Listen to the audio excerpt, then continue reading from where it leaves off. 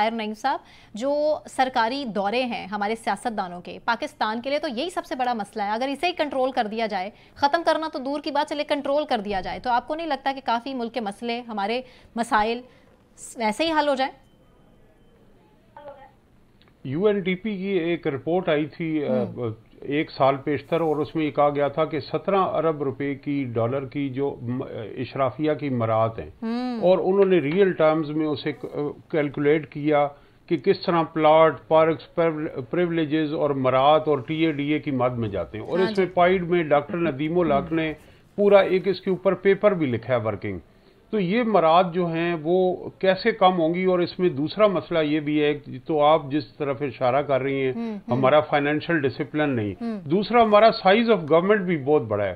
اس کی میں آپ کو ایک مثال دوں گا کہ 18ویں ترمیم کے بعد بہت ساری منسٹریز اور شعبے، ڈپارٹمنٹس پروونشل لیول پہ چلے گئے، ڈیوالو ہو گئے، اور وہ تھا کہ اب فیڈرل لیول پہ ایگزسٹ نہیں کریں گے. اب ذرا دیکھیں کہ اب اتنا عرصہ گزر جانے کے بعد وہ ابھی تک منسٹریز ہم فیڈرل لیول پہ وہ قائم ہے.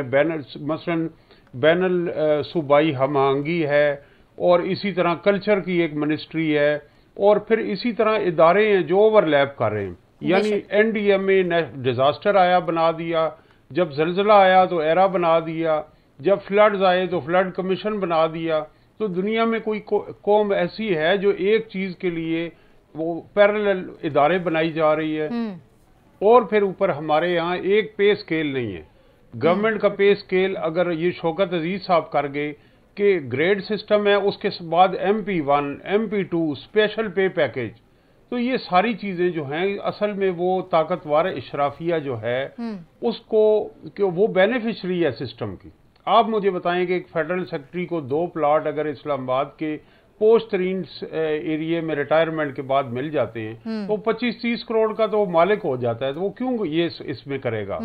تو اس لیے یہاں پہ اس لیے ہم IMF کے پاس جاتے ہیں. یہ جو پیسہ IMF ہمیں دیتا ہے یہ ایلیٹ کے بینیفٹ میں، عوام کے بینیفٹ میں نہیں ہے. میں بڑی مختلف بات کرنے لگا ہوں. یہ ایسے ہی ہے کہ سسکتی ہوئی معیشت کو ICU میں ایک ڈرپ لگ گئی ہے، قطرہ قطرہ اس میں آ رہی تاکہ یہ ڈیفالٹ نہ کرے. تو اس کو زندہ، اس نظام کو زندہ رکھنے کے لیے IMF ڈیل عوام سے کرنی ہے نا. ڈیل عوام سے کرنے کے بجائے IMF سے ہو رہی ہے.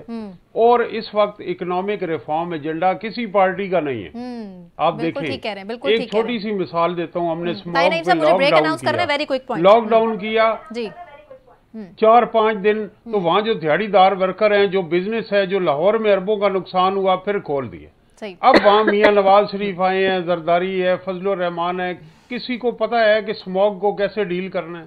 تو یہ ایسے ہی ملک چل رہا ہے، اور اس میں ہم سب جو ہیں چھوڑ دیں یا تو سیلاب سے کیسے نمٹنا ہے اس کا ہی نہیں پتا.